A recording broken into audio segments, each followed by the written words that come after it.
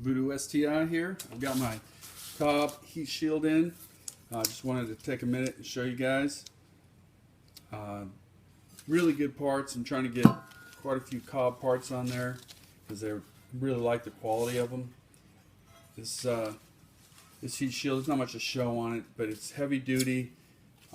Should work great with my down pipe, up pipe, turbo, everything on it. I live in Florida, so it gets pretty hot down here in South Florida. So I'm trying to do all the heat shields and heat wraps and stuff that I can to try to keep it cool. Anyway, hope you like it.